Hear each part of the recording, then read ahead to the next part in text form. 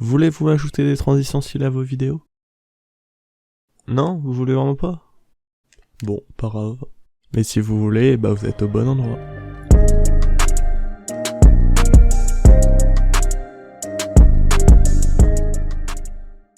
Salut, comment ça va? Dans cette vidéo, je vais vous montrer comment ajouter des transitions stylées comme celle-là ou celle-là à vos vidéos. Étape 1, s'acheter un PC. C'est bon. Non, je voulais dire un vrai PC. Ah, et ça c'est mieux? Ouais, ça c'est parfait. Étape 2, télécharger et installer Sony Vegas Pro. Pour faire cela, il y a plusieurs options. Option 1, télécharger une version craquée de Sony Vegas Pro 15. Option 2, télécharger une version craquée de Sony Vegas Pro 17. Si vous voulez, il y a plein de vidéos YouTube qui expliquent comment le faire. Je vais pas l'expliquer parce que je veux pas me faire ban. Et en plus c'est un peu long. Mais ne vous inquiétez pas, dans la description, il y aura un lien vers une de ces vidéos, comme ça vous serez pas perdu.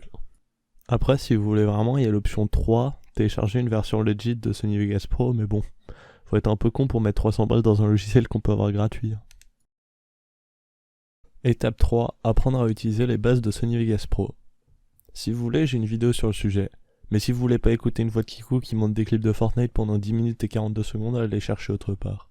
Oui, je sais, cette vidéo date d'il y a 4 mois, et alors? Étape 4, télécharger et installer des plugins. Je sais, ça a l'air compliqué, mais en fait c'est facile. Un plugin pour Sony Vegas Pro, c'est juste un logiciel qui vous rajoute des effets, des transitions et des médias de base. Pour faire les transitions que j'ai montrées, il faut les plugins Magic Bullet, Sapphire et RSMB. Vous pouvez télécharger ces plugins grâce au lien vers des vidéos explicatives dans la description ou en tapant dans Google leur nom plus crack derrière. Car ces plugins sont payants.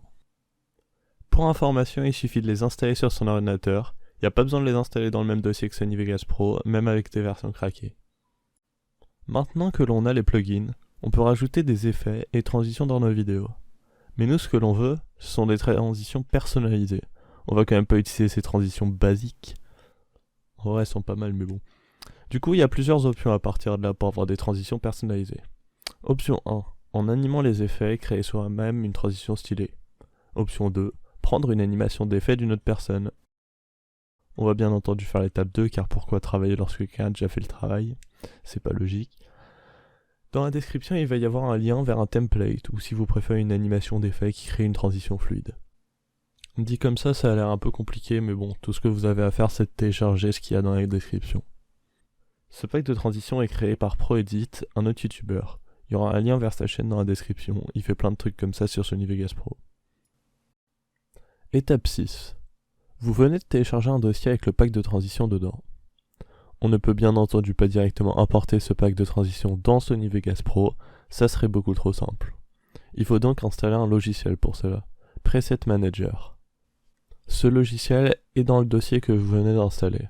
Il s'appelle Preset Manager 2.0. Double-cliquez dessus pour commencer l'installation. Lorsque le logiciel est installé, lancez Preset Manager, appuyez sur le dossier qui s'appelle FX Chains en haut à droite, puis sur Copy to System, le petit logo avec une flèche qui pointe vers le bas. Enregistrez ensuite vos modifications. Maintenant que l'on a ces effets, comment les utilise-t-on? On va essayer sur ces deux vidéos. D'abord, on met les vidéos dans notre timeline comme d'habitude, puis pour leur ajouter nos transitions, on va appuyer sur le petit FX en haut à droite du clip, ou en faisant un clic droit sur le clip et en choisissant l'effet événement vidéo. C'est pareil. On va ensuite aller dans la catégorie package de filtres, car c'est là que sont nos transitions. Les différentes transitions viennent par groupe de deux, une avec un A et l'autre avec un B, car ce sont des animations d'effets et pas des transitions. Il faut donc les mettre sur les deux clips que l'on veut relier. L'effet A sur le premier clip et l'effet B sur le deuxième. Les effets rajoutés se mettent par défaut au début de la vidéo. Il faut donc déplacer les points sur la première vidéo car on veut l'effet à la fin. Pour faire cela, sélectionnez tous les points en même temps et appuyez sur Maj et déplacez-les jusqu'à la fin. On a maintenant nos deux vidéos reliées avec cette transition. Il suffit maintenant de faire le rendu de notre vidéo. Le rendu de votre vidéo sera un peu plus long que d'habitude, mais ça en vaut la peine. Voilà, c'est la fin de la vidéo. Si vous avez des problèmes, dites-le moi et j'essaierai de vous aider. Si cette vidéo vous a aidé, vous pouvez liker la vidéo et vous abonner. Merci, à plus.